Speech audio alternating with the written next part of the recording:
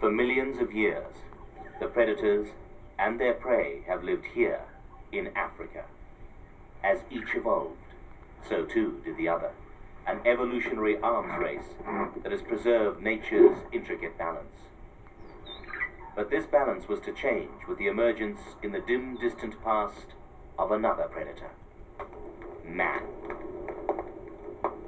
That man is a predator is certain. The forward-facing eyes and binocular vision are typical. But we have neither the speed, the strength, the claws, nor the teeth to compare with the super predators. Like them, we hunted and scavenged from the land, competing for food and space.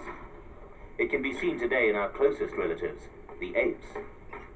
Yet there was one aspect which more than compensated for our physical weakness. A brain that gave us the power to devise weapons.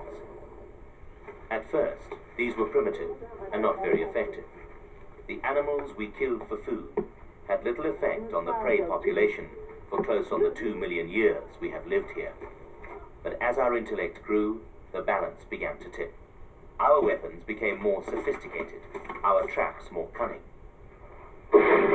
We could kill from a distance, not only for food, but for profit. Some of the greatest slaughter the world has ever known has taken place this century. Of the 1.2 million elephant in 1980, only 600,000 remain alive. In 3 decades, 65,000 black rhino have been reduced to 1,500. But we don't only kill the animals, we kill each other. We fight with incredible ferocity for land, for resources, and above all, for power. 50 million people died in the Second World War. We said, never again, but we didn't mean it. Since then, not a year has gone by without a war. And some 99 million people, mostly civilians, have died violently in the 20th century. Too much human creativity and ingenuity is being poured into death and destruction. We spend $1.2 million per minute on the global military. We have accumulated enough nuclear weapons to destroy the world 65 times over.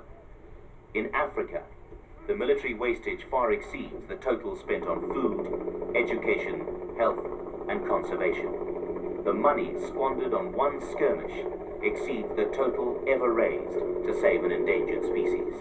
But war is not only the senseless destruction of critical resources, it comes at enormous environmental cost. The introduction of the Russian AK-47 into Africa caused the destruction of literally millions of wild animals and has pushed several species to the brink of extinction. And if we are not willing to accept our moral responsibility to other species, then necessity will force us to start protecting our own. We are the first species to have it within our power to destroy the world we live in. Our destruction of the rainforest, the growing industrialization, has already begun to radically alter the climate of this fragile planet. It is possible that as nature moves to protect the future of the Earth, it will do so at the expense of its most notorious predator.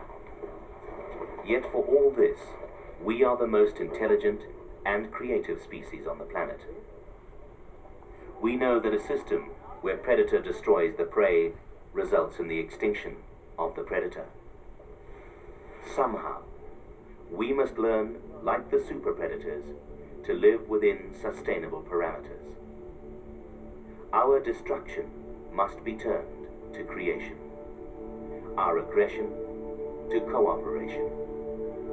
The money, energy, and intellect presently being wasted on weapons of death and destruction must be converted to life-sustaining activities. Only when we achieve this can we take our place with the super predators in harmony with the planet.